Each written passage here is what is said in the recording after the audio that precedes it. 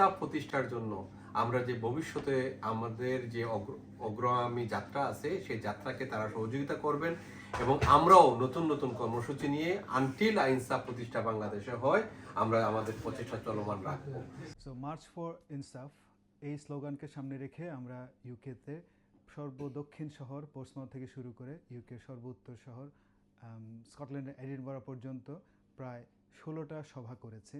সভাগুলি খুবই স্বতঃস্ফূর্ত। যেভাবে করতেন ঠিক ফজরের নামাজ পড়ে যেভাবে লিফলেট বিতরণ করতেন এবং তাকে কিছু আপনারা দেখেছেন বিভিন্ন সময় কিছু ভাই অ্যাডভাইস করেছে যে এই প্রক্রিয়া যেন চালু থাকে, ফজর থেকে যেন শুরু হয়।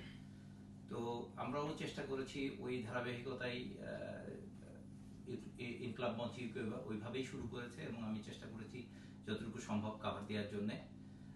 দীর্ঘ বছরে মানুষের যে আবেগ অনুভূতি, মানুষ অনেকেই বুঝতেছে না যে আসলে কিভাবে তারা এই প্রোগ্রামগুলো শুরু করবে বা অর্গানাইজ করবে, বাট প্রত্যেকটা সিটিতে যেটা দেখা গেছে যে তাদের আগ্রহ এবং তারা যেভাবে স্বতঃস্ফূর্তভাবে এগিয়ে এসেছে এবং যে পরিমাণ মানুষের মধ্যে এই বিষয়টি নিয়ে তাদের আগ্রহ আছে এটা সত্যি অবাক করার মতো। বাংলাদেশ একটি ইনসাফ ভিত্তিক রাষ্ট্র প্রতিষ্ঠা হোক যে সংগ্রামের সূচনা হাদি করেছিল, একই মানসিকতা আসলে প্রবাসী যারা আছে সবাই বহন করে এবং সবাই আশা করে যে তারা যখন বাংলাদেশে যায় অন্তত ইনসাফের একটি রাষ্ট্র দেখতে পাই, তাদের কোনো চাওয়া পাওয়া নেই তাদের।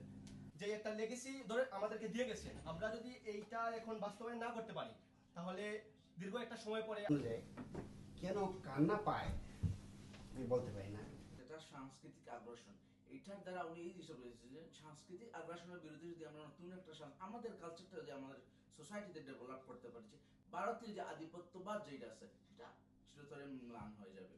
তো আমি আমার যে জিনিসটা প্রত্যাশা রাখবো যে আমরা হাদি ভাইয়ের বিচারের মাধ্যমে বাংলাদেশে ইনসাফ প্রতিষ্ঠার সূচনা হবে ইনশাআল্লাহ।